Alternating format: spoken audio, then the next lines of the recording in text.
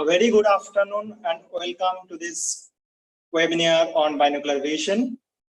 We are all going through difficult times, which is unprecedented. Maybe the nature wanted us to take a pause and reboot. It is also an opportunity to freshen our knowledge. Binocular vision is a much neglected stream of ophthalmology and optometry. Strangely enough, it is among the most commonly seen disorder in our day-to-day practice. We have with us a distinguished speaker, Dr. Rizwana, who has a vast experience of teaching and practicing binocular vision. She heads the binocular vision clinic at Shankar Netralaya, Chennai. She is also an assistant professor at prestigious elite school of optometry. She is the inaugural president of the Indian chapter of American Academy of Optometry, and she's one of the first diplomat from American Academy of Optometry. I welcome Dr. Rizwana to start with her part one of this educational webinar today. We have kept the question and answer session towards the end, so please feel free to type in your keep your questions ready and type in the comment box as the session progresses. Hand over to Dr. Rizwana, please. Thank you so much, Oli, for that generous introduction, first of all, and a very happy afternoon and evening to everyone who's joined with us during this time. And before I begin, our sincere apologies for the confusion, because we planned it in another platform initially, but we could not accommodate this many numbers, so we had to shift. So maybe, like, I think some of you found it little difficult to switch between the platforms, but nonetheless, we assure you that the next 1 hour is going to be beneficial for your career, as well as in terms of being able to upgrade your knowledge. So with that, Oli, can I start the presentation if quite a number of people have joined? Otherwise, I can wait for about few minutes if. It's good to go. I think people are online already. Okay. Okay. So this is the intended topic for today, which is binocular vision assessment, back to basics. And this is, of course, a topic that's very close to my heart. And before I begin, I don't have any financial disclosures, so I would like to maybe list a few here. And a little about me before I begin. So as all of you know, or many of you know, I am an optometrist by profession. And of course, all of us being humanitarians, but I love to work with special kids, and we work with special kids quite a lot.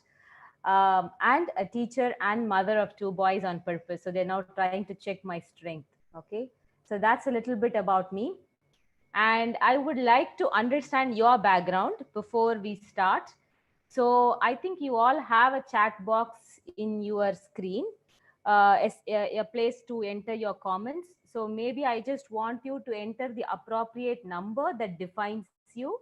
So I have 5 options here. If you're an undergrad student, you choose number 1. If you're a postgrad or a fellowship optometry student, you choose number 2.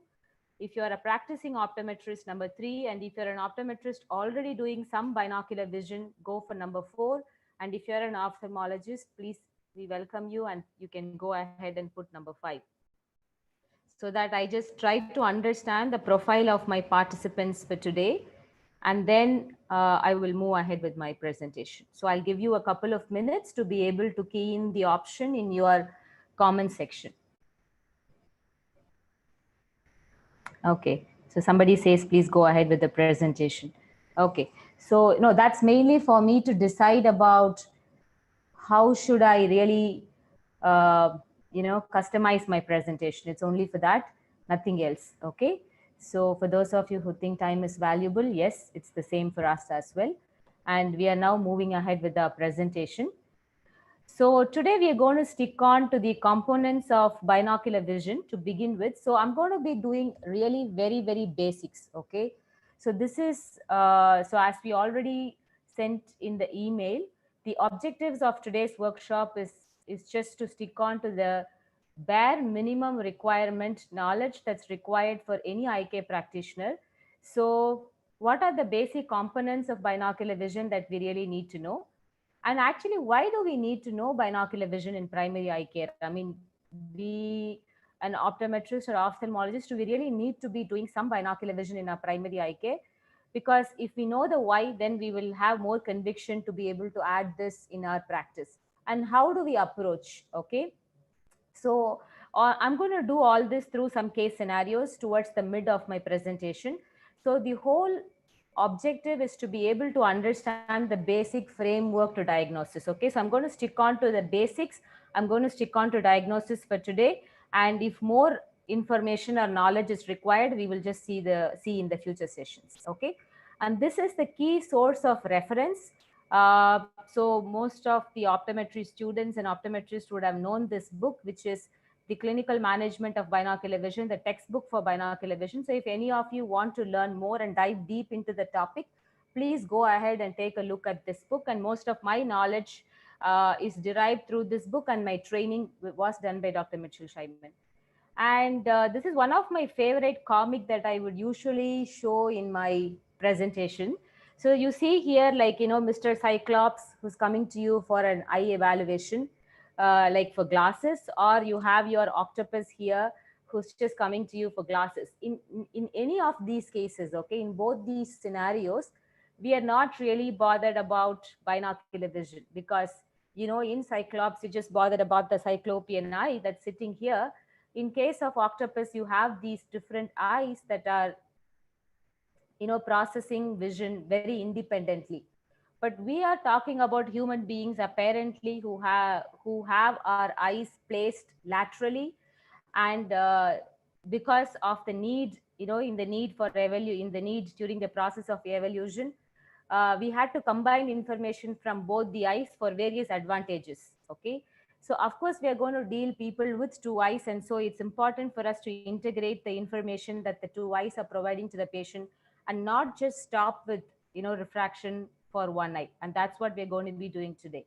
A bit of historian perspective about, when did this whole idea of binocular vision started to evolve.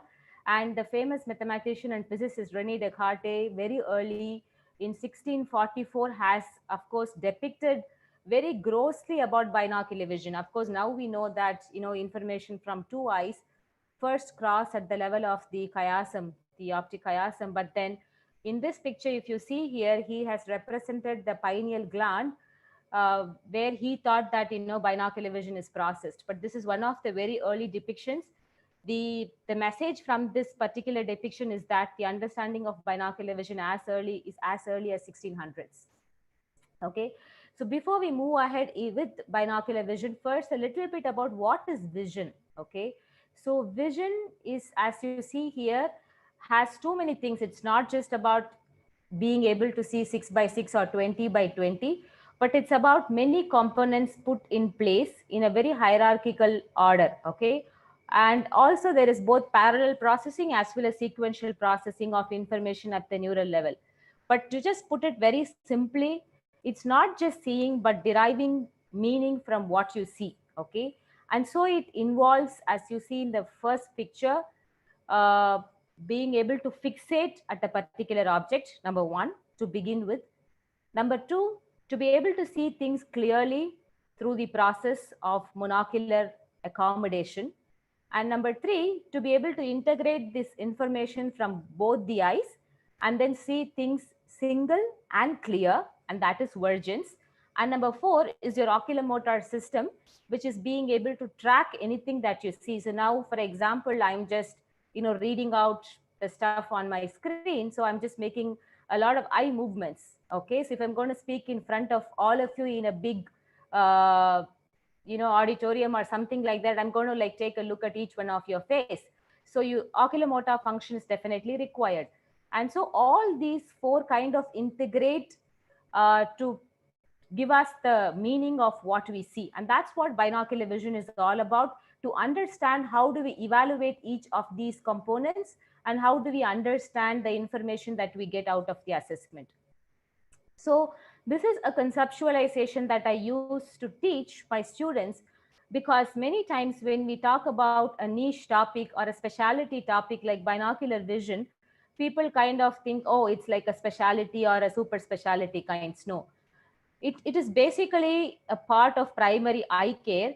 And then if you really look at this pyramid, then you will know the different components that go into its place when you do this process. So as optometrists and ophthalmologists, all of us are quite familiar with the first part of the pyramid, the base of the pyramid, which is comprehensive assessment of the eye and visual system, which basically tells about the health of the eyes. Okay, so you do your refraction, dilated fundus assessment, prescribe the patient with appropriate refractive correction, and then comes the next aspect, which is binocular vision, okay, which we call it even in another name, which is visual efficiency.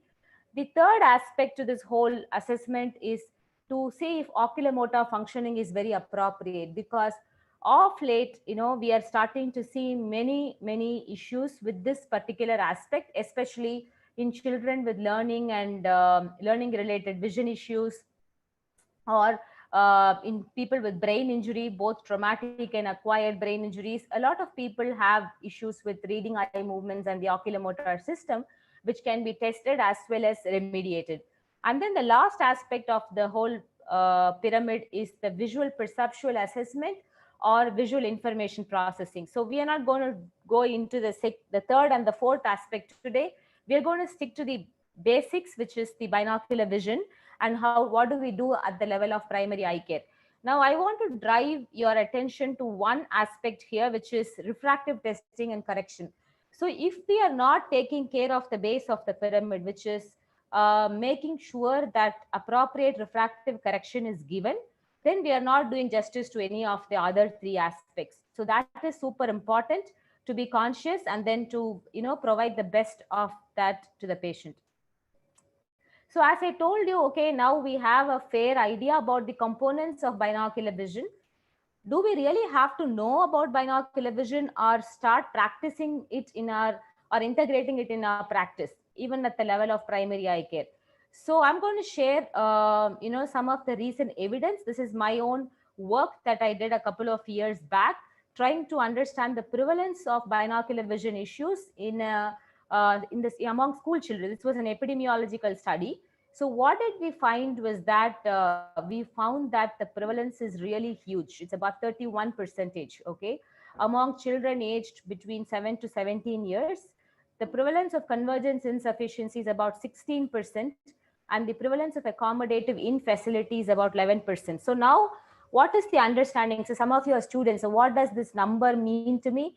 It means that if you see 100 patients, 16 of them are going to have convergence insufficiency, or 11 of them are going to have some kind of an accommodative issue. That's what it tells you. So unless we really test for it, or unless we ask relevant questions to understand the symptoms and do appropriate testing, we are not going to be picking up these conditions. We are going to miss these conditions. Okay, so that is the message. So first, yes, the morbidity or the problem is definitely big. Okay, so that is the first message. So second message is globally. Okay, now that you're talking about your statistics, what is the situation globally?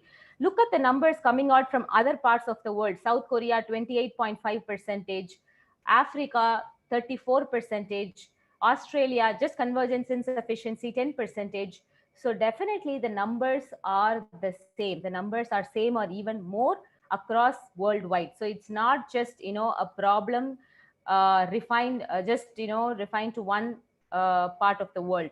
And I don't want to use the word pandemic at this point, but then definitely looking at the prevalence and the morbidity of binocular vision dysfunctions, it's very important to understand that almost if you're going to see even adult patients with some kind of visual symptoms, almost 56.2% of these symptoms, asthenopic symptoms, can be attributed to binocular vision issues. So that's the morbidity of this issue. The second thing is, okay, why should we, okay, now I know like refractive error prevalence is changing, myopia is catching up. And so does binocular vision also have a similar etiological association or connection? Yes. If you really look at the current scenario, all of us know we are dependent on technology. And this is a review paper, came very recently about, so what happens to binocular vision with excessive use of smartphones and tablets and computers. So this paper summarizes the work from many other papers. And just look at this, it just says that accommodation is altered with handheld device use, with increased lag and decreased amplitudes of accommodation. And smartphone and tablet use results in reduced functional convergence and possibly a receded near point of convergence. So when you talk to your patients tomorrow, you have an evidence to tell your patients, yes, smartphones and tablets and gadgets not just have an impact on refractive errors, but also have an impact on binocular vision, especially your accommodation and convergence.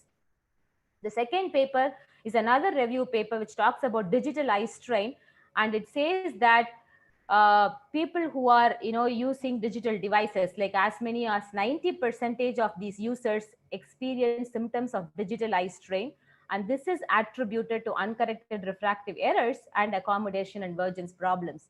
So unless we are really conscious and aware about the prevalence of these issues, and to know who are our population, who are our patients.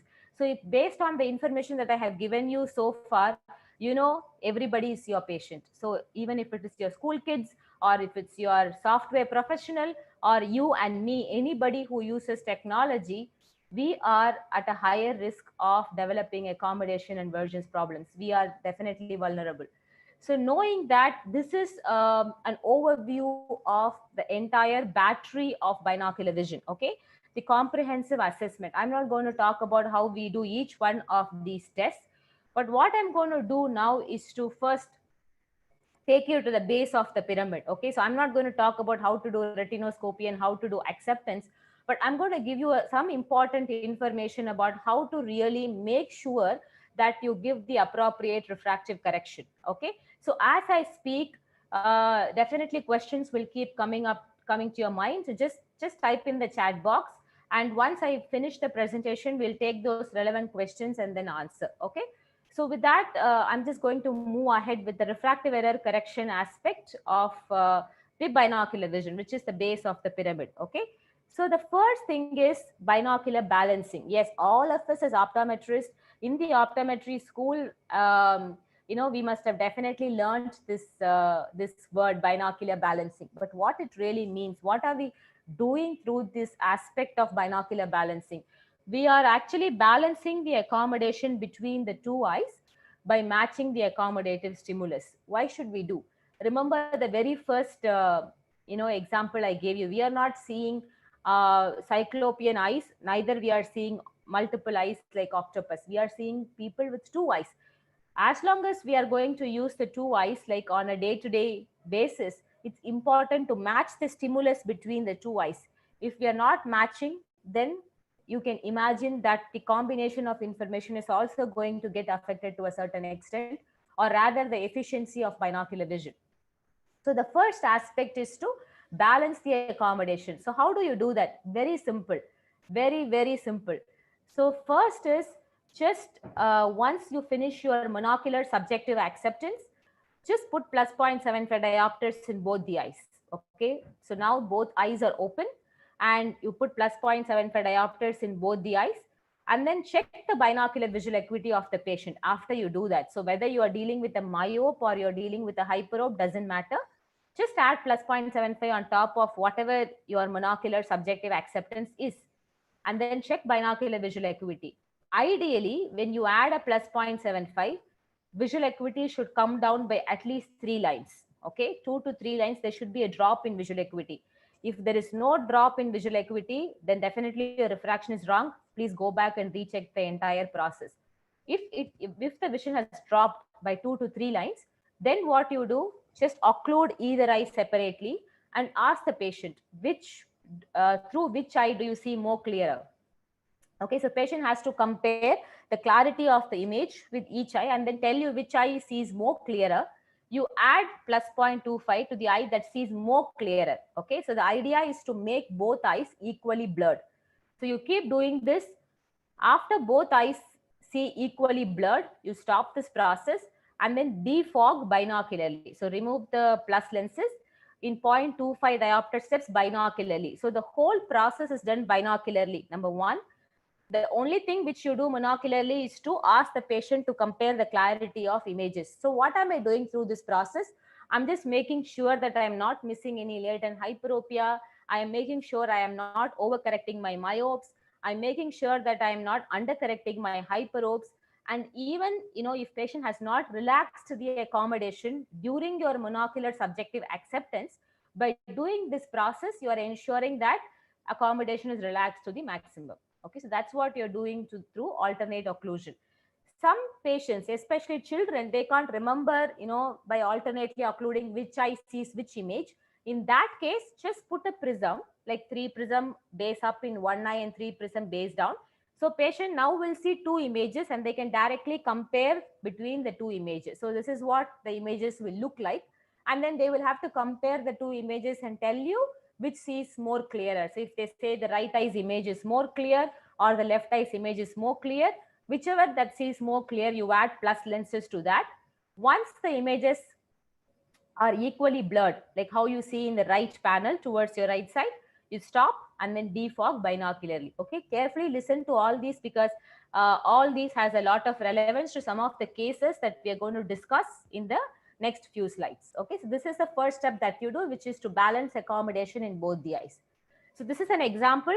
So for example, if you see that you have a hyperopic patient who has +2 in the right eye and 2.25 in the left eye. So you have added +1. So I said you can add a +0.75 or even a +1. Okay. So you have put a +1 in both the eyes, and then so the value becomes 3 and 3.25. Patient says that the top image looks clearer, and then so that belongs to the left eye. So you add 0.25 to that. So once you add 0.25, both eyes image is equally blurred.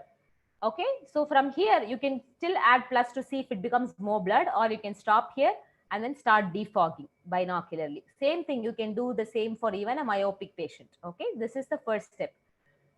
The second thing is very important, which is what we call as binocular refraction. Okay, so the reason why I'm telling this is because many times you can even cut down the necessity for a cycloplegic refraction, especially in adult patients. I am not telling, cut down cycloplegic in children, but some of your adult patients, like, patients in the age range of 25 to 30, who are having a lot of accommodation issues, and but you can't cycloplegic them for some reason because they have work or whatever it is. You can use these procedures and then which are as efficient as your cycloplegics, and then decide if a cycloplegic is really necessary. So how do you do this? What you do is you do something called negative relative accommodation. Okay, so don't worry, it's not the word looks big. What you do here is you give something to read for the patient. Okay, so after you finish your monocular subjective acceptance, do your binocular balancing, so all is done, then give something to read to the patient. So point the patient's attention to the best corrected near vision line or one line better than that. Okay, so you keep putting plus lenses in 0.25 steps until that line becomes blurred. That's what is negative relative accommodation. You're trying to relax the patient's accommodation by adding plus lenses. So here you're doing it at near, you're giving a reading target and you're adding plus lenses binocularly. Okay, and once you reach the end point, when patient says the line is blurred, then you now start distance defogging. Direct the patient's attention to a distance target. Like now the patient's vision would have reduced to say 660, because normally when you do this process, most of the patients would accept anywhere in the range of plus 1.75 to plus 2.5. Okay, because you're doing the procedure at 40 centimeters. You can imagine that at 40, the accommodative demand is about 2.5 diopters. So you can keep adding plus lenses up to 2.5 maximum. So once you do this, defog the patient binocularly in 0.25 steps per distance. By doing this, you are ensuring that you are pushing the maximum plus. Again, very, very useful in your latent hyperopia, in your overcorrected myopia, in your accommodative spasm patients. Okay, so this is a very useful procedure. So this is what I would recommend, and so that sometimes, you know, we do very often in patients with accommodative issues. Okay, so this is the key to refraction. So in refraction, I told you about two things. First is about binocular balancing accommodation. The second thing is about binocular refraction, which is if you suspect any accommodative issues, and if you're not able to cycloplegic the patient at first shot, you can opt to this procedure, which is what we call as the Borish delayed procedure. So of course, Professor Borish proposed this procedure, and it is very useful procedure. Next, I'm going to talk to you about 3 or 4 techniques, okay, 4 binocular vision tests, and then we move ahead with our cases. Okay, the first is, of course, the famous near point of convergence. All of us know to do this. All of us, okay, we learned this, and many of us know to do it through our regular pencil push-ups. So what do we do? We use our pen or pencil, and then we bring it closer, and then we do this procedure. And then you know, the pencil push-up is also recommended as one of the vision therapy option. But I'm going to recommend 2 other procedures. Number 1 is using an accommodative target, because if you think of binocular vision, I told you about the different components of binocular vision. The first thing is accommodation. So unless you stabilize accommodation, unless accommodation is active, you're not going to get a good estimate of the vergence. Okay. So I have shown you a picture in the right side, which is nothing but the golden stick with your 6/9 reduced Snellen targets, or you can prepare your own. Or this is something like an RAF ruler, but we call this the Aston International Rule. So this one again has got an accommodative target, a vertical linear row of letters. So you take the target closer and closer until the patient reports that he or she sees it too. Okay, that's the first point. You notice the break, then you take it back slowly, and then you look at the point where single vision is achieved again. So bring it closer, double, and the patient blinks, still unable to fuse. That's the break point. Take it back, patient sees it single again. That's the recovery point. Do it repeatedly. I would recommend at least doing it 3 times. If you are having a very young patient, asthenopic, do it multiple times also, just to see if repeating the test results in receding of values. So if the first time you test NPC is 10, then it becomes 12, then it becomes 15. It keeps going back and back and back. So testing repeatedly is a very important aspect to elicit fatigue, or to really check the effect of fatigue on binocular vision. That's the first thing, which is using your accommodative target. The second test is your pen light and red green filter. Some people who've not done this, please go back and start doing this, and you will see amazing results. Okay. Sometimes in children, especially when accommodation is so very active, if you are using your accommodative target, okay, they will accommodate so well. And even if they have convergence issues, they will still use their accommodation and then see it single till the tip of the nose. So that is why in many, younger patients like kids, we are not able to pick up convergence insufficiency so very easily, because they have their accommodative versions to come and help the deficient fusional convergence system.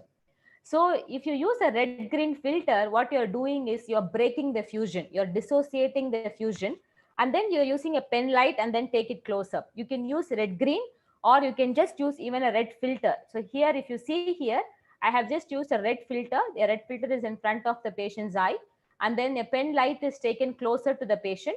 So initially the patient sees a mixture of red and yellow. Then when you bring it closer, when patient says it appears too, that is the point for break. Then take it back and then note the recovery. This should be done under dim illumination, because you want to break the fusion to the maximum, and again repeat it 2 to 3 times. And what many research says that, in fact, using a red green glass or a red filter is a much more sensitive test for convergence insufficiency. Okay, so in fact, we have done a lot of work with this particular test, and we find that this is a much more sensitive test than the regular convergence test. So we use this in our vision screening also. We use the red filter and the pen lights to screen for convergence insufficiency. So when patient says 2 lights beyond 10 centimeters, then the patient has a problem. Okay, so that is the second test for convergence. So I told you about two tests and why both the tests are important, and how using a pen light and red filter is an essential aspect to break the fusion and check for convergence. The next is checking for phoria. Okay, so all of us are quite familiar in doing the cover test or alternate cover test, but as we are dealing primarily with non-strabismic problems, non-strabismic binocular vision issue, this is a very, very nice test and a very useful test. Very quickly you can get the phoria, the magnitude and the direction of the phoria. So this is called a muscle imbalance measure card or modified Torrington method. Okay, very simple. Now just look at this card. The card has numbers. It's based on the Prentice rule, the famous Prentice rule, which says that at 1 meter, every 1 centimeter separation is equal to 1 prism diopter. So based on the same principle, here we are showing the card, and then patient keeps the Maddox in front of the right eye, and then you shine a light from behind the card. So if you see here, in the card, you can shine a light from the back side of the card. Okay, so you shine a light from the back side of the card. So now the patient holds Maddox in front of the right eye. So because the patient is holding the Maddox, this light is going to be converted to a streak, a red color streak. So now you have to ask the patient, where do you see the streak? If the streak is coincident with the central light, the yellow light, then the patient is orthophoric, which means if the light and the line are in the same position in the center, then it is orthophoria. But if the light is going to be displaced, then you will have to ask the patient where it is seen. Now let's just see an example. In this case, now you are the patient and you're holding the Maddox and you are saying, I am seeing the red color line towards my right side on number 6. That means patient has got 6 prisms of esophoria. So very quick, in 10 seconds, 15 seconds, you are getting to know the status of the phoria, and you're also getting to know the magnitude of the phoria, like what is the amount and the direction of the phoria. So you can do this for both distance and near, and you can get a very quick estimate of the phoria. Okay, it is because it is also a dissociating test, because you're using the Maddox. The phoria measurements are very reliable. Okay, so this is, if the patient says that the streak is in the same side as the Maddox, it shows ESO. If it is in the opposite side, it shows EXO. You can do it at 40 centimeters and at 3 meters. Okay. The third test is basically about accommodative amplitudes. Okay. So accommodation amplitudes are, I would say, like very, very important test. All of us know how important it is. We also do this procedure, but what we don't know is what I'm going to tell now. Okay. So this is the famous push-up method we learned from the very first year. So take a target closer until it becomes blurred, measure the distance. It's going to give you the near point of accommodation. As simple as that. Okay. You do it monocularly. So close left eye, do it for the right eye, do it for the left, do it for both the eyes, because it's a test for accommodation. You want to do it monocularly and binocularly. And so I'll come back to this. This is how you do this. Okay. But you have to compare it with the age expected norms. So I will tell you what are those norms and how do we do that. The next important test is accommodation response. Okay. Which is, I can't tell you how important this test is, but if only you are able to get a hold of this test, it's like nothing. Okay. You can actually diagnose most of your problems with this simple test. This is again your retinoscopy, but not distance retinoscopy. You are doing it at near. And as you see here, the target is on the plane of the retinoscope. Okay, the card is stuck onto the plane of the retinoscope. And then you're doing it at 40 centimeters. So patient is reading those letters written on the card, and you're quickly looking at the reflex. So what do you expect? Okay, so here what you see basically, now there's a patient reading the letters here at 40 centimeters. And if the patient is exactly going to accommodate, so if the patient exactly is going to fixate at this particular card and is going to read the lines and is going to accommodate exactly for that 40 centimeter, which is like 2.5 diopter demand, then you will see a neutral reflex. Okay, because patient is actually fixating exactly at the card. That's neutral. The second thing is, patient need not look at the card, but they are looking somewhere behind the card, because generally we all have what is called as the depth of focus, because we generally need not accommodate accurately. We can accommodate a little bit lesser. That is a process of conserving energy kinds. Okay, so we need not really accommodate accurately. So here the patient is accommodating a little bit lesser because they are fixating behind the card. So what you will see, you will basically see a very small width movement depending upon how behind is their focus. Okay, so you will see a plus, you will see a hyperopic reflex or a width movement, and that is what is called as lag of accommodation. So what do we mean by lag? Patient is lagging behind, the accommodation is lagging behind. The accommodation is not at the plane of retinoscope, it is rather a little bit behind the card. Okay, so what do you use? You use plus lenses. You use plus lenses in the range of plus 0.25 to plus 0.75. That is the expected range. Plus 0.25 diopters to plus 0.75. Anything more than plus 0.75, which means patient is not accurately accommodating. They are accommodating less, because imagine this, they are accommodating behind and behind and behind. And the third possibility is patient is not on the card, they are somewhere fixating in front of the card. Okay, their focus is in the front, which means they are actually accommodating more than what is required. In that case, you will see an against movement. You won't use plus lenses, you will have to use minus lenses, because here the patient is accommodating more than what is required. So I showed you three options. One is when the patient exactly accommodates for the stimulus, which is neutral. The second is accommodating a little bit lesser, which is normal, which is what you actually see in 80% of your patients.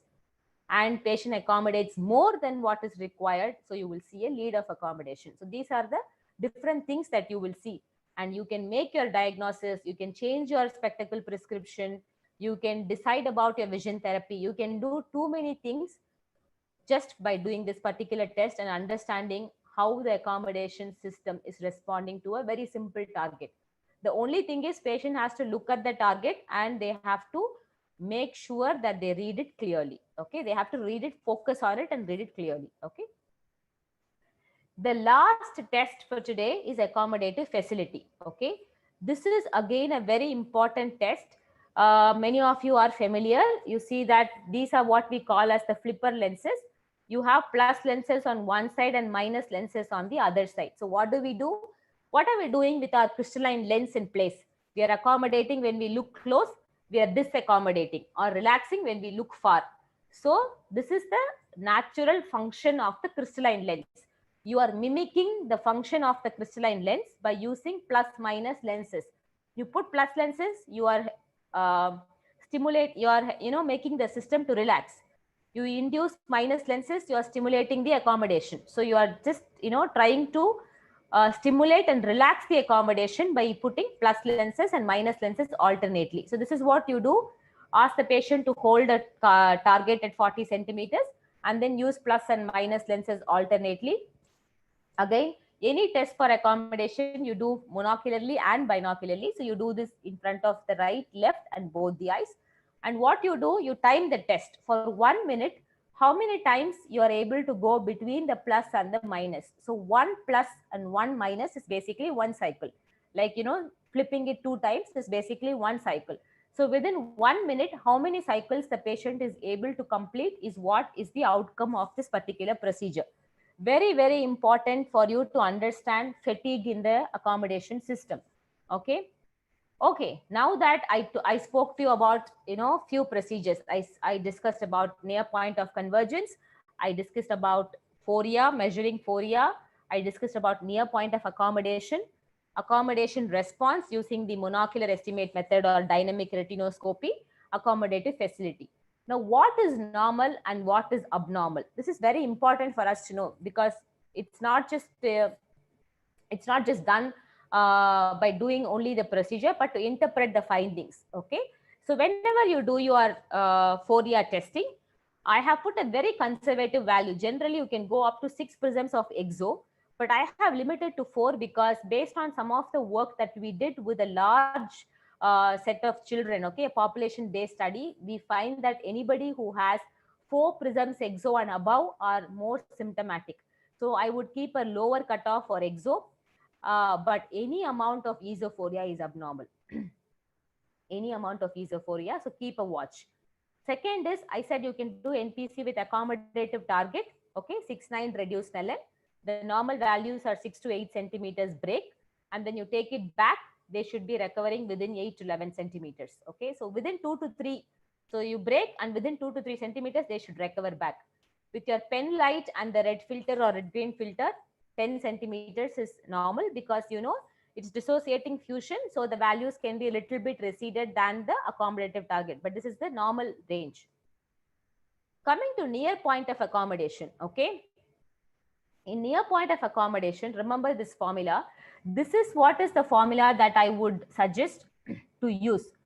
There is something called Hofstadter's formula, which is based on normative data from Western population, okay, from Caucasian population. That's what many of us use. But this is a formula that we have derived based on Indian population, okay. It's very similar to Hofstadter's formula, but I will teach you how to use this formula when you are seeing a patient. But remember this formula.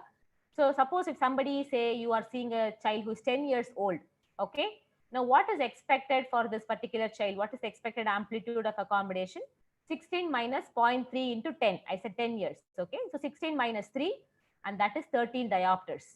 So the patient is expected to have about 13 diopters of amplitude of accommodation. That is what is the normal amplitudes. And if you're measuring the NPA, and if you're finding that it is 2 diopters lesser than this, so any value lesser than 11 diopters is basically abnormal. So if you calculate based on this formula, you won't say anything, even half a diopter lesser than this is abnormal. No. You can give a cutoff which is 2 diopters lesser than the calculated value. So for any patient that you see, first you have to calculate the expected value based on the formula. Then you have to do your push-up test, and then calculate the amplitude of accommodation from that value, and then see how they both match. If there is more than 2 diopter of discrepancy, which is if the patient's amplitude is 2 diopter lesser than this calculated amplitude, then the patient has an accommodation issue. Next, the super important dynamic retinoscopy, your monocular estimate method. That is the normal value that is expected, because all of us generally have small lags of accommodation. Anything more than plus 0.75 is abnormal. Anything less than plus 0.25 is also abnormal. Okay. The last is accommodative facility test. So as I told you, if we are dealing with young adults up to 35 years of age, anything greater than 11 cycles per minute is what is expected. So, but when you decide about vision therapy, or when do you, correlate the problem with symptoms, is when the values are lesser than 6 cycles per minute monocularly and 5 cycles per minute binocularly. Okay. So these are the expected values. Now with this, we are going to jump into cases and see if we are able to make sense of the symptoms, and if you are able to diagnose the patients. Okay.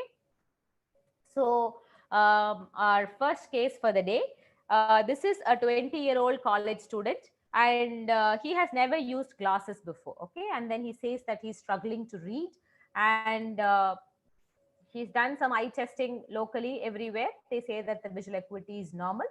And but then because he does some programming in the computers, because he's doing computer science, some programming in the computers, he has intense near work demands. He has to almost look at computers for like more than 10 to 12 hours. Okay.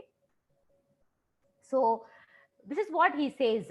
I don't know how to explain, but something is not all right.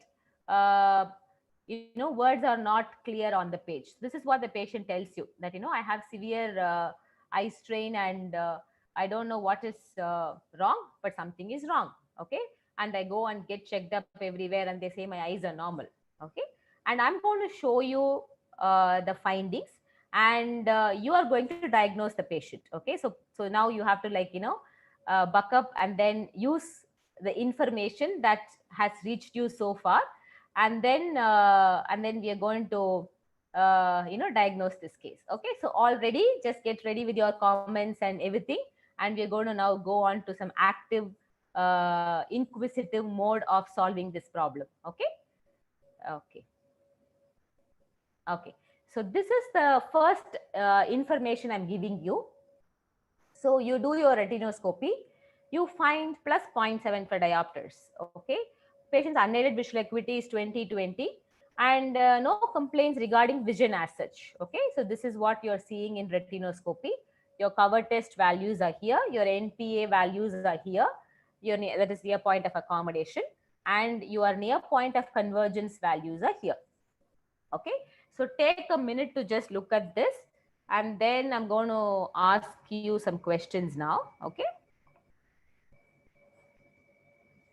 So again, you're going to put in that number. Okay. So remember what you saw. I'll just show you once more. And you're going to choose one option from the next slide. Okay. What do you think is the diagnosis? Okay. So don't worry. We are not judging you here. So we are only trying to see how well you are able to decipher this particular case. Okay. So these are the important parameters I have given you. And this is the 5 options in front of you. What do you think does this patient have? Okay. So I'm going to wait a minute before you just put in your comments. Okay. So we are getting a lot of responses now. So, and somebody wants more information. Okay. That's good. That's how you think actually, you know, because as clinicians, when we really think through the case, then this is how we have to ask questions, and you're all on the right track. I'm so happy, so glad. It's wonderful to get a lot of responses during this question as well. Yeah. No idea. You know, some of you are even very, very frank with your interpretations. You say, no, I don't have any idea at this moment. So I'm just looking at your responses on a separate screen. Okay. So, so maybe if I get a couple of more responses, then I will just go ahead with just the diagnosis. That's good. No worries. This is how we actually sort it out. You know, even if I see this case, I will be confused. So, you know, I will be thinking, is it this? Is it this? Is it that? So right now, most of you say number 2, okay, which is accommodative insufficiency. And then some of you say that it is 2 and 3. Some of you say it's convergence insufficiency, but most of you say it's number 2. Okay. So I'm going to go to how do we approach? How do we, some more details, please? Yes. Details are coming in. Yes. So what parameters seem to be out of range? So that's the question we need to ask. Okay. What parameters seem to be out of range? So we will ask these questions for every case. Okay. So I asked the same question. Am I really comfortable with this refraction? I was not, because I thought something else needs to be done. So I have put a question there. Second thing, near point of convergence, look at this. We said with accommodative target, it is 6 to 8 centimeters, but then it's 12. So convergence is receded for sure. Okay. And that's why some of you say it is convergence insufficiency. Latent hyperopia, I don't know, because in retinoscopy itself, I'm seeing plus 0.75.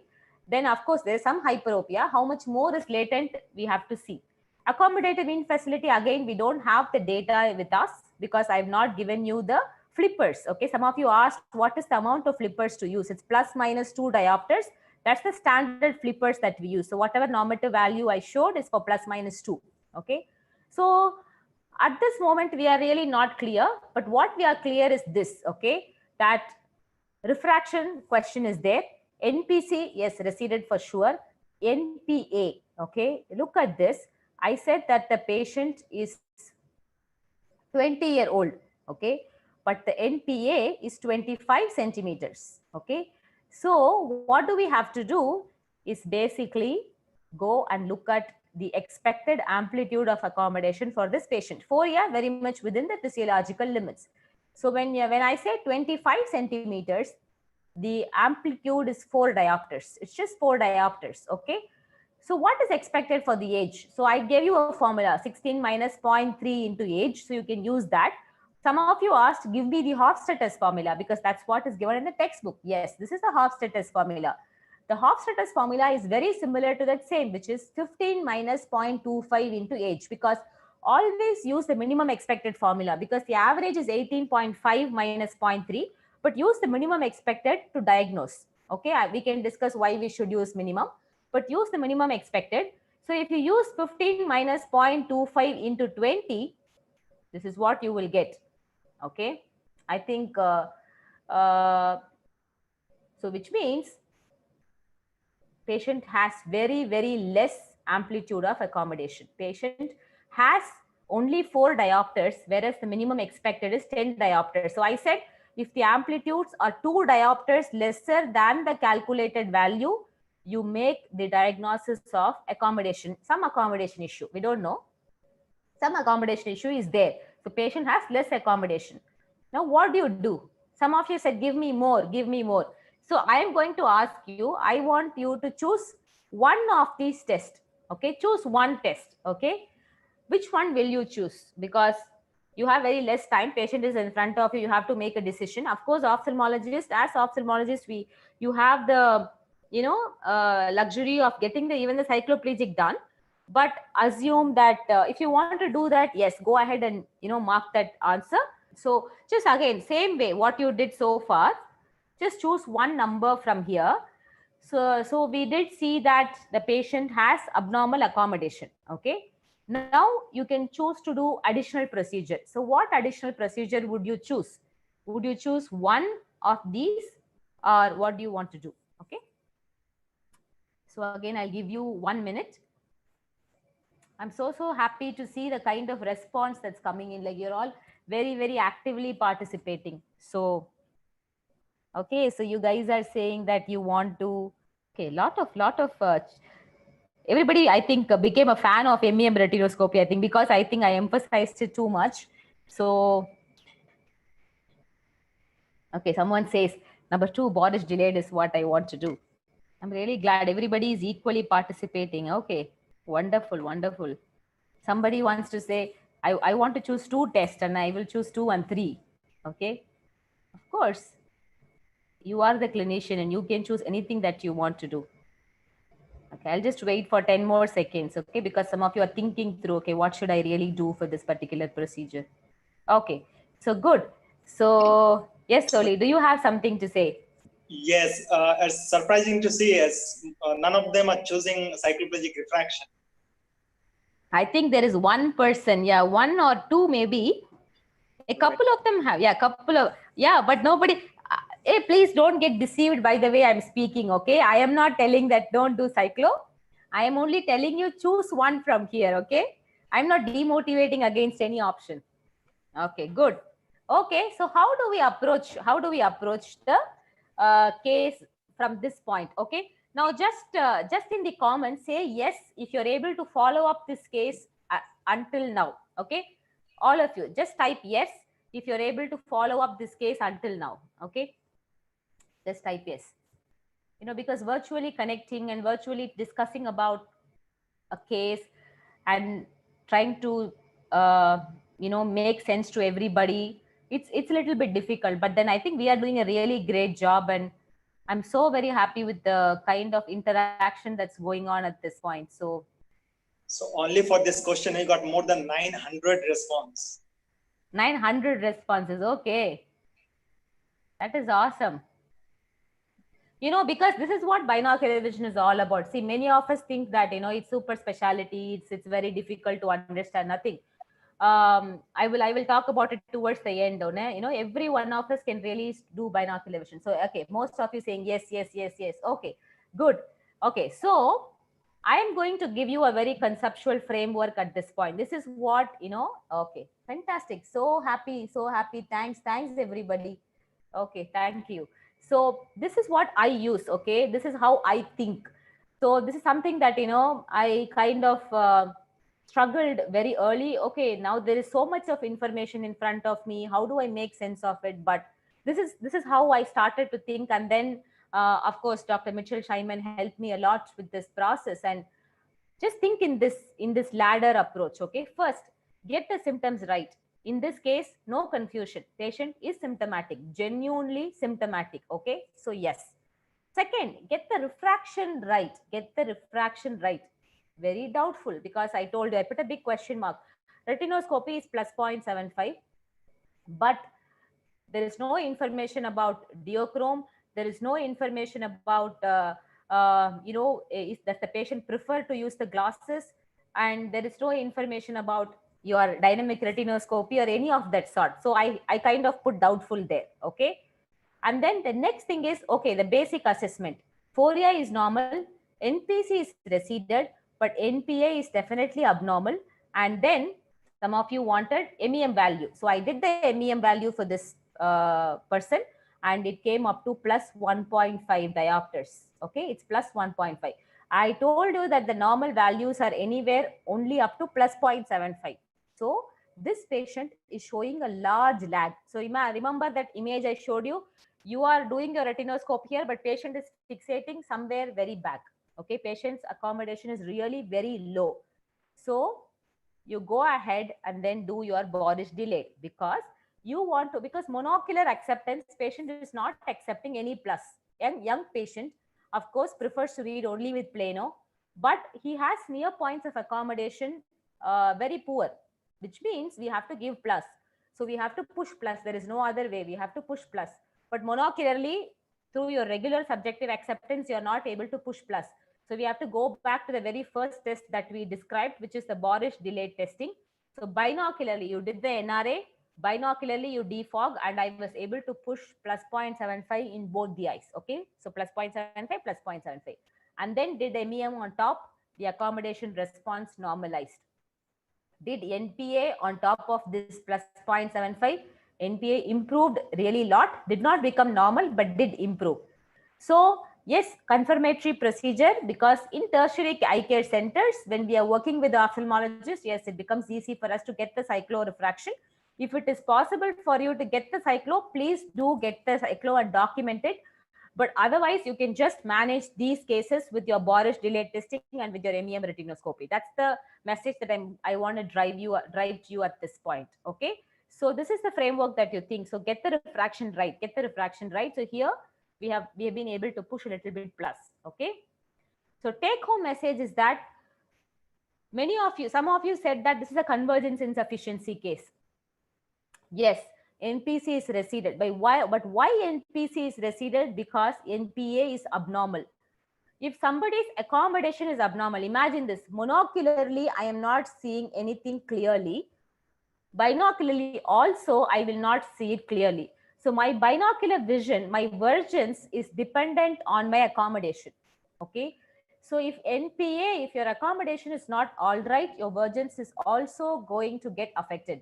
So just by doing only NPC, you cannot diagnose somebody.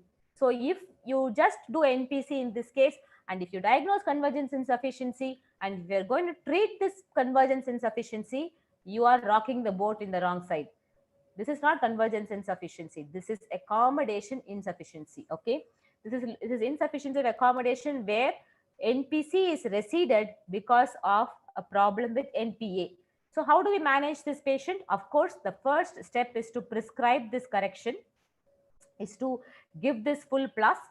Of adaptation is a little bit difficult, but because this patient is going to experience very good near vision immediately with this plus, he's going to accept it. Okay, so this patient immediately just got the glasses, was very comfortable. After 8 weeks of glass wear, we started vision therapy, and then he improved like anything. Okay, so that is the whole idea of going like in a step-by-step fashion. Okay, so make sure that you diagnose. So the diagnosis is basically accommodation insufficiency and not convergence insufficiency. Okay, of course, the hyperopia is the underlying problem, but because the hyperopia was manifest, like even in the retinoscopy, you were able to find that hyperopia. I wouldn't call it latent hyperopia, but maybe accommodation insufficiency secondary to uncorrected hyperopia. Okay, but this is how you diagnose this case. Okay, so far so good. Now this is how we are going to go with the next two cases. We are approaching the end of the presentation. This is going to go like really fast now. So 10-year-old kid, just remember whatever we discussed at the very beginning. I have given all the answers at the very beginning. So just you have to just get that back to your mind. Okay. And this child is brought by parents saying that, he just doesn't want to read and he complains of eye strain. This time you do a cycloplegic refraction, everything is normal. Cycloplegic refraction is also fine, visual acuity is fine. Okay, so I present to you the findings of this patient. Okay, retinoscopy, cover test, NPA, NPC. Take a look at it, and then I'm going to ask you a question. Okay, so patient has severe eye strain, very legitimate. Okay, child is genuinely telling that he has some problem. Okay, not faking up, no functional causes or anything, because that's also important to rule out in children, because we see many kids doing that. So but here child is genuinely having problems, and this is the statistics in front of you, and you can go ahead and then choose the diagnosis. Okay, what do you think is the diagnosis at this point? So if you feel that I'm not able to make any diagnosis from this data, you can say no idea. But if you think that you can make a diagnosis, then go ahead and press the appropriate number. Okay, let's To between 1 and 3. Fail it is insufficiency, half of them fail it's excess. Okay. So for those of you who say it's excess, what is convergence excess? Convergence excess is somebody is converging excessively. When somebody is converging excessively, their eyes are going to go in like that, and it's going to go to an esophoria state, esophoria or esotropia, whatever it is. It's going to go for a eso deviation. Okay. But here, if you see, I said there's a large exophoria. Okay, see this, there's a large exophoria. Okay, so definitely this is not convergence excess. So I'm helping you actually speaking. And so some of you, okay, just guessing the possibility because the chances are really higher. I know. Okay, so most of you say convergence insufficient. Let's just see. Okay, I'm going to again same framework. Okay, same framework. Refraction, no issues. NPC. Okay, this is the whole confusion, right? You are showing this data to us, and you are showing NPC is 8 centimeters. I would not call somebody with an NPC of 8 centimeter to be convergence insufficient. So that is my question, right? That's what you're all thinking. But looking at the large exo, the eyes are like this, okay, large exo. I'm still suspecting this could be a convergence insufficiency. Okay, so the whole question is why NPC with accommodative target is not very like upright. It's not, why it's not giving me an answer. That's the problem. So NPC is doubtful, but fortunately near points of accommodation are very much normal. I'm glad that no one said it is accommodation insufficiency, because I think there's no 2 that I'm seeing here, I think, except for to my, okay. So phoria is definitely abnormal. Okay. So I'm going to ask you one more thing. Okay. Now that I give you another option, okay, do one more test. Which test would you choose? Or which among this would you choose? Because the reason why I'm asking so many questions is it's not about learning something and going back. It's about going back and doing something. Okay, it's about going back and doing something for your patients, doing something additionally, some added value. And so I want you to gain that understanding through this discussion. So if you want to do something in addition, then what test would you choose from here? Here only there are 3 options. So 1, 2 and 3. Just choose one number. Okay, just choose one number among the 3. Which one would you choose?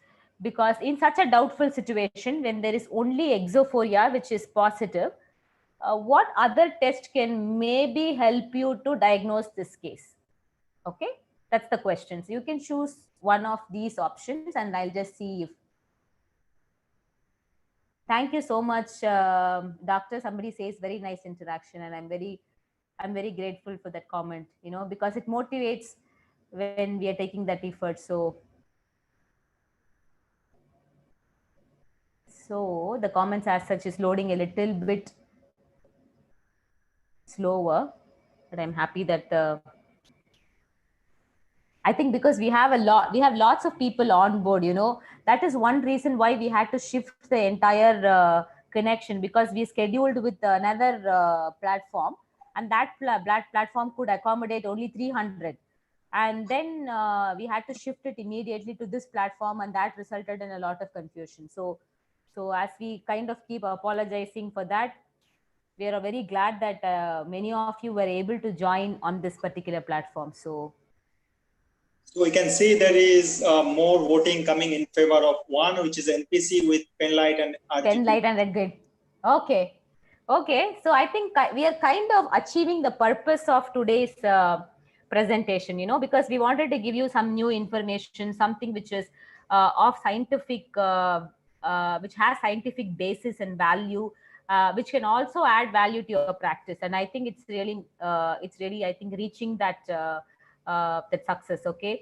And more to that, they are giving their reason why they wish to do that repeat test, because they felt the exo is excessively high. So with that test, they actually wish to do what is the actual amount of exophoria patient has.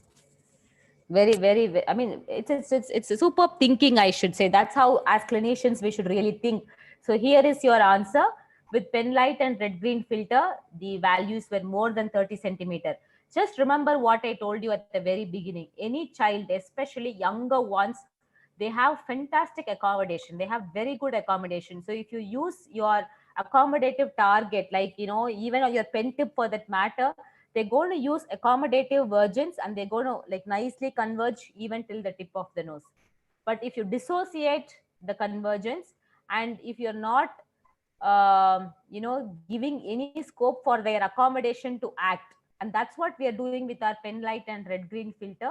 When we do that, then you can actually sensitively pick up the receded near point of convergence. That's why NPC with Penlight red green is much more sensitive. And here, yes, so when we did the Penlight red green, we found that the patient has about more than the moment I put the red green and show him the Penlight, he said it's double. I said blink and make it single, and he said no, it's just double, I cannot make it single. And then when we repeated with the accommodative target multiple times, okay, about 10 to 15 times, it was not 8 centimeter, it went back to 15 centimeters. So that is how convergence insufficiencies behave in children. You might have to little bit put some effort to break the fusion.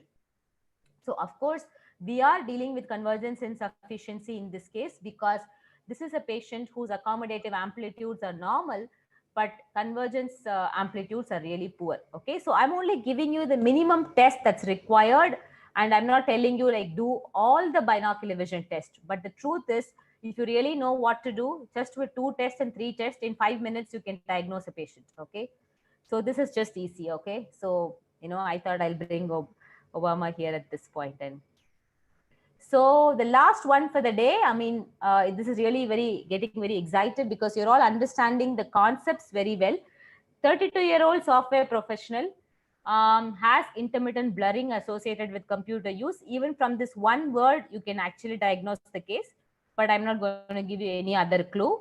Again, normal visual acuity, normal refractions. Okay. And this is the data that is in front of you. Okay, take a look at the data. Use the same conceptual framework that we discussed, okay, beginning from refraction to basic test to any additional tests are required. And then, okay, so what should I do next? Okay, just think in that same line. Okay, so I think, Oli, so what did most of them say? Did they say it is, what additional test they needed? So there are again toss between 1 and 3. So you need to explain as per the protocol. Okay. So of course, as you rightly chose, we are looking at, because when nothing else is not, giving you an answer, like your NPC is not giving you an answer, your FORIA is not giving you an answer, then you have to think about accommodation facility. Especially think about the profile of this patient. Okay, 32-year-old software professional. As I told you, the complaint itself has got the answer, which is basically intermittent blurring, right? So this is one of the typical complaints that people who use a lot of gadgets. So we discussed about gadget use and accommodation issues. Who use a lot of gadgets have, and that is accommodation issues with facility basically. So this patient had really very, they had great difficulty in doing the accommodation facility test with the standard plus minus 2 diopters. And we also said that more than 11 cycles per minute is what is normal, and anything less than 6 cycles per minute is definitely abnormal, and that is what is in this case. So of course the diagnosis here is accommodative in facility. And I didn't have this slide before say 2 hours, but then when I looked at some of the questions that you guys had asked, many of you had asked about vision therapy as such. So I thought maybe I should put one slide, but I'm not going to touch about what you are going to do in vision therapy, okay, because it's beyond the scope of this presentation. But any binocular vision dysfunction goes like this. First, give the appropriate refractive correction, then think if you need to push any any additional plus lenses or any specific near addition is required. For example, in convergence excess, patient might need a pair of bifocals or near plus. So then vision therapy, that is how it goes. You directly don't jump into vision therapy. And this is a sequence. For example, convergence insufficiency being the most common binocular vision dysfunction, you always do in phases, okay. This is a protocol that was suggested by the convergence insufficiency treatment trial, a randomized controlled trial that was funded by the National Eye Institute at the United States. So that study group has given different phases as how you should go about training convergence. So you can just go Google convergence insufficiency treatment trial and you will have access to this protocol. So if you, for example, if we think about our second patient, the 10-year-old child who has convergence insufficiency and you want to start vision therapy, then this is how you start. These are the phases that you would use. So definitely you have to think about sequential management even when it comes to vision therapy. And so the whole moral of the story is this. We've come to end of our presentation now. So the whole moral of the story is this, okay? When it comes to binocular vision, even when I started to practice, I thought like you need sophisticated tools and equipments and gadgets and stuff like that. Not at all. If you really think about the test that we discussed today, you don't need anything more than an accommodative target and a pair of red-green filters and your retinoscope. Okay, that's all you need. And then at the primary eye care level, and when you really take it to the next level, when you want to provide vision therapy, we have a lot of innovative, very indigenous, feasible models available that can engage the patient and the practitioner. So don't get really carried away the moment you think of binocular vision. So second thing is, of course, this is me in the lockdown period when you don't have access to gym and stuff like that. You have to really think about what else you can use that's available at home to still keep your muscles flexed. The same thing comes to vision therapy. If you don't have access to something very sophisticated, just go back to your basics and think what you can use. That's just for a fun purview of how you can go about. And the most important thing in binocular vision is to start taking those baby steps and then celebrate your wins at every point. So now when you go back to your practice, when you get back to your practice tomorrow or whenever the lockdown is over, or even now you can do for your own family members, if any of them have any issues at home, then if you want to do your convergence and accommodation, and you can just have whatever tool that is with you and be able to diagnose the problems, but execute it. It's not like learning so much and then going back and not implementing anything. So just go and take these small baby steps and celebrate the wins at every point. And the last message that this is what I usually do in every presentation of mine for our own understanding. So what did we learn today? So I request all of you to again go back to your comment section, just one learning from this entire presentation. So we did discuss about the pyramid, we did go through the whole protocol, the sequence of tests and everything. And so what did all of us learn, or what did you guys learn from the last, say, 70-80 minutes of presentation? What did you learn, or what is that one thing that you will go back and implement, or you will go back and do in your practice? I know that we've not covered the entire BV. I know that there are a lot of other unanswered questions here and there, but I'm really very sure that with this information, anyone should be able to start the practice, okay, or at least restart or kick off your practice. So just think about it and just put in your comments in the. Okay, so BV assessment is not difficult. It is definitely not difficult. Okay, so if you really, as I told you, if you really know the basic things, which is convergence insufficiency, accommodation in facility, these are the two major things that you will see in your practice. And then be very conscious about accurate refraction. Okay, and somebody says, yeah, Borish delayed test. Yes, very important. Without cycloplegic, if you're able to manage your patients, especially if you are a private practitioner and you can't cycloplege the patient, optometrist, I'm speaking about optometrists here. So you can just do a Borish delayed and see what you can do. Unlocking the pyramid with all the relevant tests. Thank you so much. Okay. So, of course, my sincere thanks to all of you for your patient listening and for staying online despite my drop off. And this is my wonderful team that's here. Without them, I'm not here. And so we all do a lot of fun things together. And that's how we develop binocular vision. And as we told you earlier, of course, most of you must have already done this, but if you've not, then this is the time just to go and drop in whatever that you can towards this pandemic. That's a social message. And when time permits, you can go and click these YouTube links. This is something very personal. Of course, I told you earlier that how I am engaging during this lockdown period is, I'm very passionate about public speaking and stuff like that. So I have my own YouTube channel, which is called Let the Soul Speak. So if you go and type Let the Soul Speak, you will have access to me at a much more personal level in terms of speaking about common issues and things like that. So we can stay connected even in social media otherwise. So now it's time for questions, and I just ask Oli to maybe choose whatever time permits to choose the common questions that's come in, so that I can go ahead and answer those questions. So before you open up, I think there was one question, which is the last case is not clear. Okay, so how can we get this presentation for download? Yeah, I think Mr. Oli will be in touch with you to see how you can actually, how we can send you this material.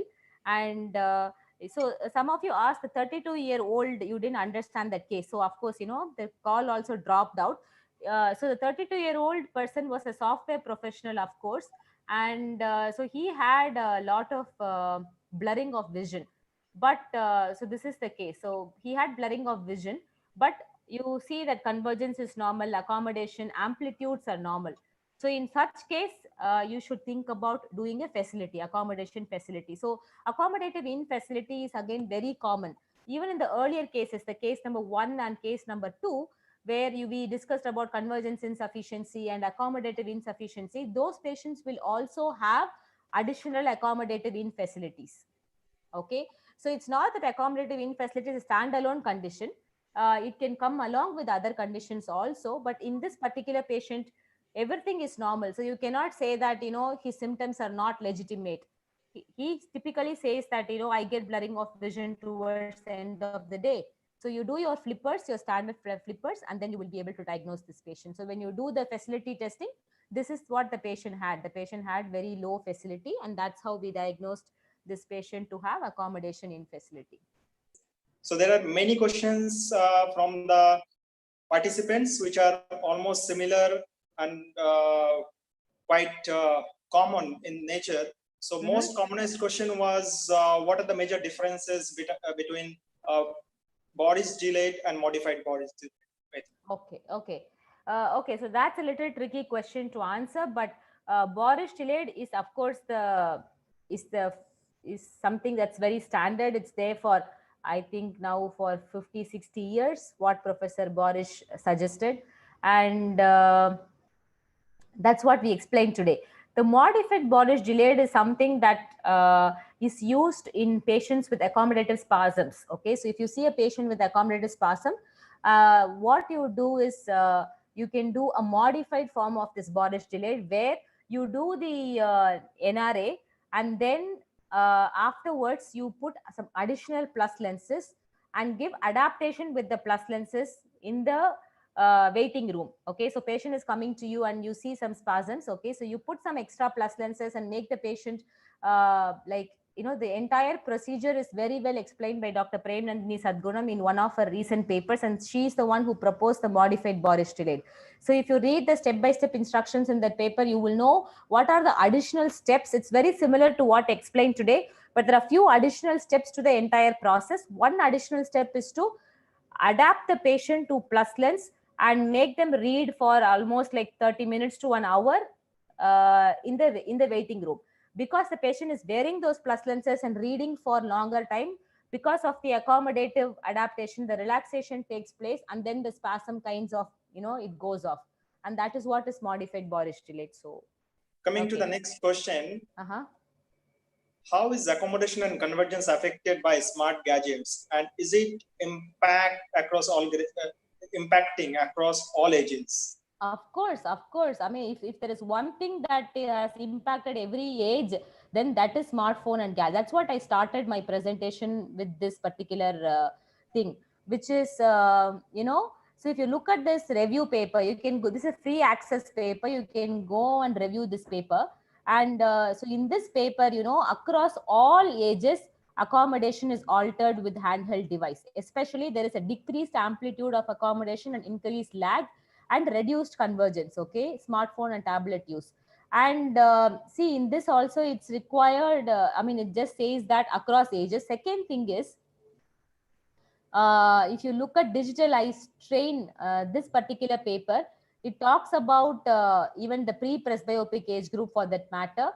A lot of accommodation and vergence anomalies are common among as many as 90% of people who use digital device, which means all of us, right? Everybody.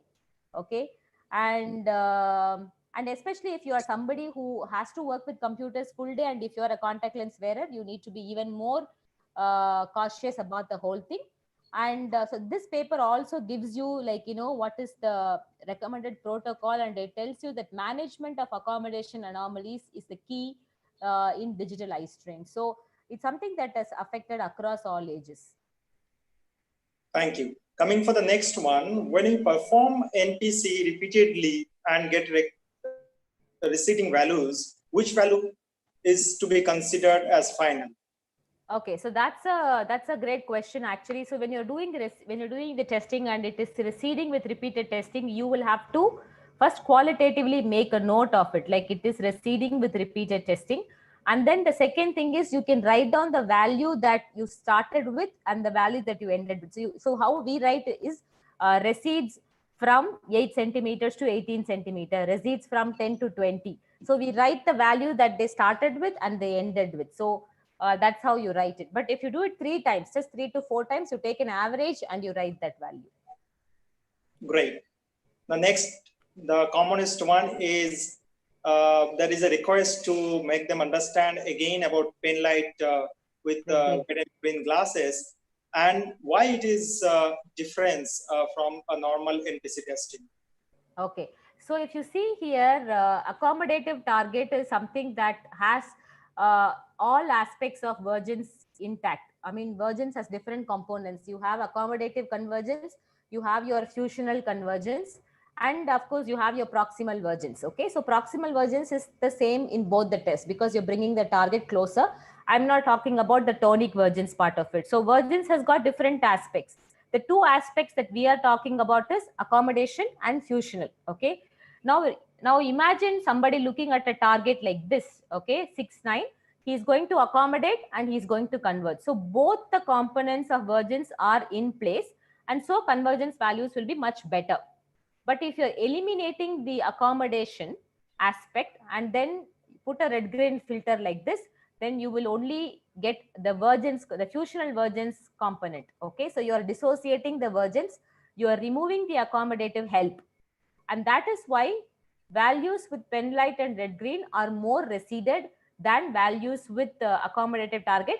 Normally, in all of us, there is always a difference of 5 centimeters. But what we are talking about is when the value with pen light and red green goes beyond 10 centimeters, then that is abnormal. Okay, so there is so that is how you have to interpret it, and especially this test is useful in younger ones. As I told you, when you are dealing with children, especially if there are pediatric ophthalmologists here listening, then if you're really seeing children who are asthenopic and you're not able to pick up anything major from your regular push-up, your NPC test, then we should consider doing a pen light and red grid. Even with that, if it is normal, then well and good. Great. Hope this was a question for many of them. Second one is, what about modified Thornton test? When you do, if patient keeps repeating reports that streak is shifting, so what to do at that point of time? Okay, that's a nice question. That's actually what we also see. So what you do is when you do your this modified Thornton test, the one instruction you need to give is blink forcefully multiple times, open your eyes. The moment you open your eyes, where do you see? Okay, sometimes it keeps shifting between 6 and 8, 8 and 10, and patient says most of the time it is on 8. Some patients with severe convergence insufficiency, they keep drifting. Okay, so when I was having convergence insufficiency, I was having severe convergence insufficiency. So, and then I did vision therapy and then everything became normal. But when I was having the problem, it would go from 6 prisms to 12 prisms, and then it will keep on moving. And so the two instructions you need to give is blink your eyes open. The moment you open, where do you see the streak? And number two, if it moves, where does it stay most of the time? And then you can take that answer. Excellent. Now coming to the clinical question, if a young patient in 30s has been implanted monofocal IOL in one eye and the fellow eye is absolutely normal accommodative function intact, then what would be his binocular vision status while doing hair work, or any specific things needs to be checked for this patient? Okay, that's a very, I would say, coming from somebody who's really like experienced and looking at these patients carefully. Yes, we also see a lot of young patients who's got their cataracts operated at a young age, just in one eye. Of course, there is some binocular vision disruption that is there. So there are two things you need to consider. Number one, of course, the visual demands of the patient. So what are the visual demands? What is the occupation of this patient? So if the patient is somebody who has intense near vision demands, then you have to definitely do your binocular. The test is not any different from other people. Of course, you don't do accommodation test in that eye that has the intraocular lens, but you can check the NPA in the other eye, which has the normal crystalline lens in place. And when you do your binocular test like facility and all, you don't do binocular facility because you know that the accommodation system is not the same now in both the eyes. So you just cut down few tests, but other than that, you can do your NPC, you can do your phoria, and the near point of accommodation in the eye, that is normal. Now coming to the binocular imbalance, it depends on their symptoms. Suppose if they have a phoria, if they have an exo, I would refrain from giving addition to the pseudophakic eye. So if patient has got a convergence insufficiency, then so the patient is going to be binocular and he's going to use the eye that is normal most of the time. And binocularly, if he's going to have normal near vision, N6, then I would not prescribe addition to the pseudophakic eye. Okay. But if patient prefers addition, then I would give the lowest possible addition that would still keep the binocular vision intact. This is something that I would consider, especially when there is a poor convergence. But if the patient is symptomatic, then of course you should do a proper assessment, think if prisms will be required, think if vision therapy can help the patient. We have handled vision therapy for many such patients who had asymmetric accommodations like intraocular lens in one eye and crystalline lens in the other eye. But it is very important to do the test and then, handle the patient. Yeah. Great. There was another important question. During binocular balancing, instead of fogging, can we use the prism duochrome method? Okay, the dissociated duochrome method you can do. But what I found is when I started, doing the practice, I tried a couple of tests. Of course, dissociated duochrome, somebody who's really can give you responses. Like, so what is dissociated duochrome? For people who do not know, you put prisms. Now there are two duochromes. You want to balance the duochrome in both the eyes. So you have to put lenses such a way that red and green is balanced in this eye and red and green is balanced in this eye. That's what is dissociated duochrome. What I found is the understanding that is required from the patient is much more and it takes more time. So for me, this just alternate dissociation or just prism dissociation, that's equally the same job as the dissociated duochrome. So so that's why I would just prefer to do this, but there's no issues at all. You can do the duochrome if you have an adult patient who can cooperate and give you that, input. Great, ma'am. Now coming to the sequence of the test, as there are bundle of tests available, so which one needs to be done at what sequence?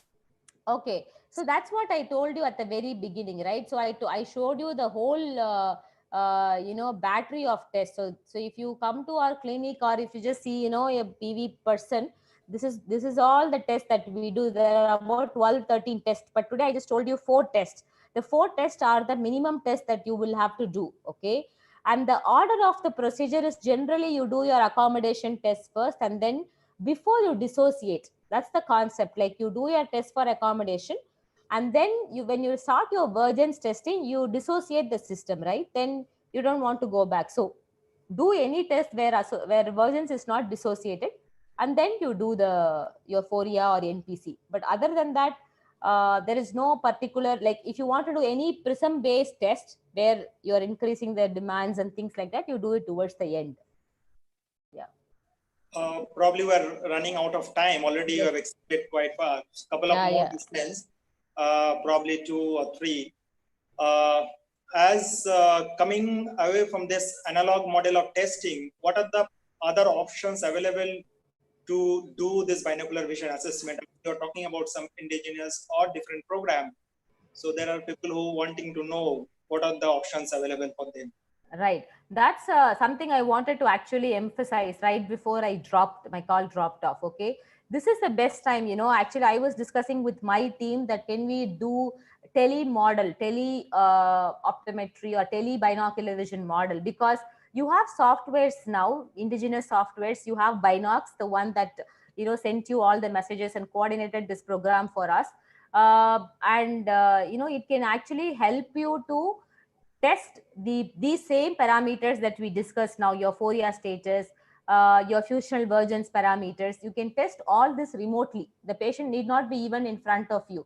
And there are very, very quick, very feasible diagnostic models that are available. So we did a study where we compared the computer-based testing versus manual testing, like, analog model of, or rather manual mode of testing versus computerized model of testing. And we found that the computer model of testing actually can be much more sensitive for 2 reasons. Number one, as you would have understood, definitely some amount of expertise from the user side, from the eye care professional side is required to do these tests and interpret the findings of these tests. Whereas when it comes to computer, all you need is the technical understanding.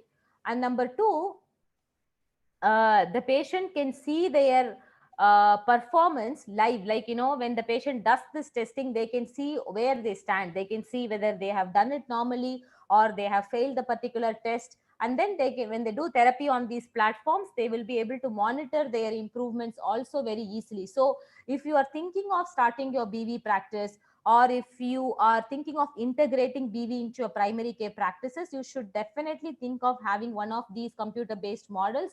And so we are using Binox for our therapy, and we have our own indigenous software that we use for screening and therapy. So, you should think about investing on one of these tools to diagnose as well as treat. So that is something I would highly recommend. Yeah.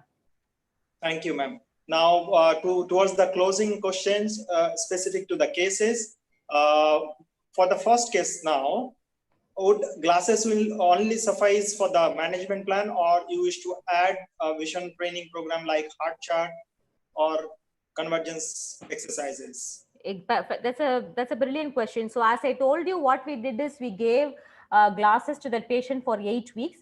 Then the patient came back and we started vision therapy. So we usually don't do 2 things at the same time, like, because when you add multiple programs, when you give multiple treatments, then the patient will drop off. They won't be really compliant with anything. So when there is an optical correction that is required, first do that. And we have seen that almost 60% of patients will just do well only with optical correction, and they may not need any further treatment also. So first give optical correction, then call the patient after 8 weeks. So in this patient, he came back and we started vision therapy with hard chart as well as computer-based vision therapy. And I think in about 15 to 20 sessions, 15 to 20 hours of training, he was normal, and we stopped everything. So that is how you do sequentially. So you definitely start therapy at some point. Yeah, thank you, ma'am. Coming to the last question for the day, for the case 3, what would be the ideal mode of managing the patient with accommodation? Ideal mode of managing patients with accommodative issues? Yes. Like in the sense,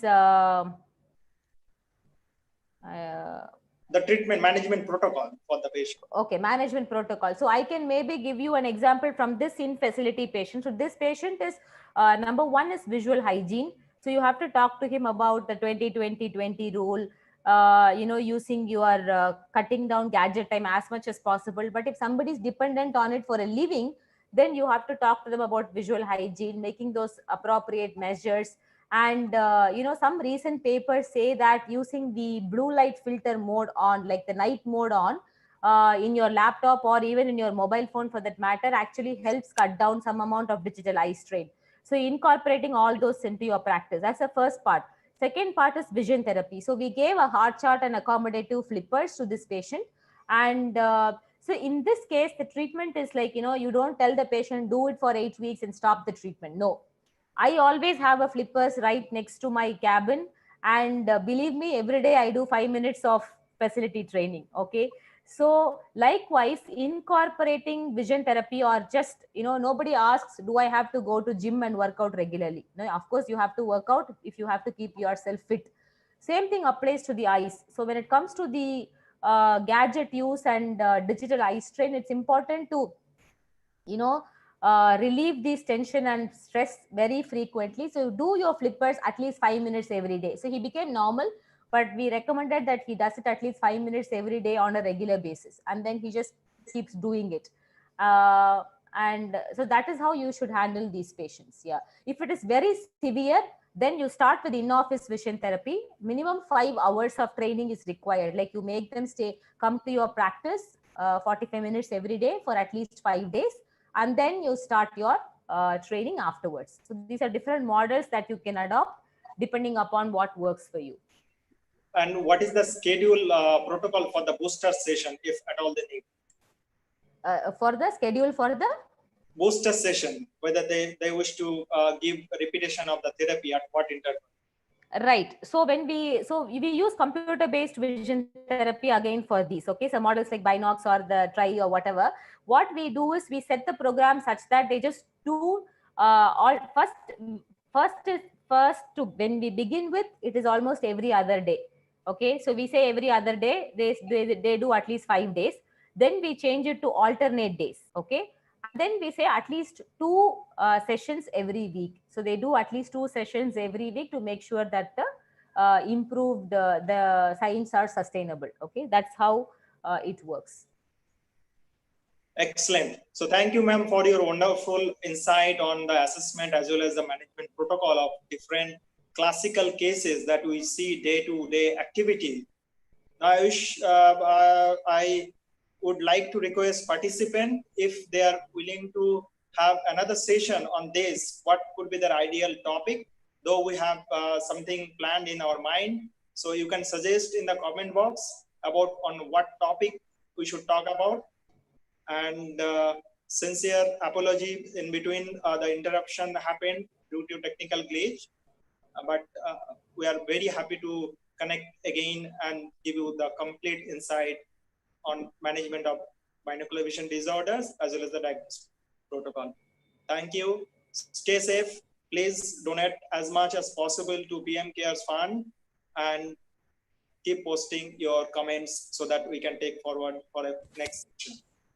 Yeah, and thanks, Oli, for coordinating the entire show, because I didn't know whom to contact and do what, basically. And so Oli and Binox came forward to run this entire thing, on another platform.